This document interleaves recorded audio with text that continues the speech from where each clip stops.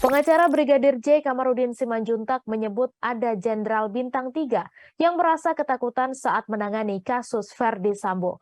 Mulanya Kamarudin membahas soal uang senilai 200 juta rupiah milik Brigadir J yang ditransfer seseorang ke rekening Bribka RR. Kamarudin lalu menduga yang melakukan hal tersebut adalah Verdi Sambo.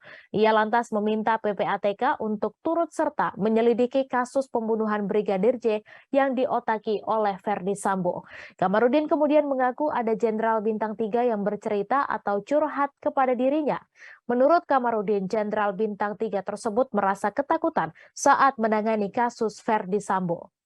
Kamarudin mengaku tak tahu apakah Jenderal Bintang 3 tersebut serius atau hanya tengah bercanda. Akan tetapi menurutnya Verdi Sambo memang memiliki sosok pelindung.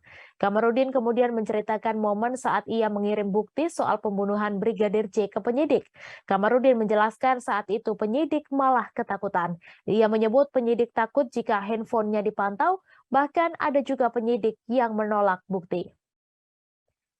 Sementara itu diketahui hari ini Kamis 25 Agustus Irjen Verdi Sambo tengah menjalani sidang kode etik. Menurut pantauan di lokasi, sidang kode etik terhadap Verdi Sambo dilakukan secara tertutup. Hanya terlihat Verdi Sambo yang menggunakan seragam pakaian dinas harian lengkap saat berjalan masuk ke ruang sidang di gedung TNCC Mabes Polri Jakarta Selatan pada pagi tadi.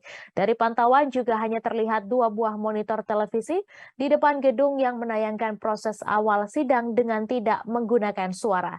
Selain itu terlihat juga pasukan BRIMOB dengan menggunakan seragam loreng dan bersenjata berjaga di sekitar gedung tempat Irjen Verdi Sambo menjalani sidang.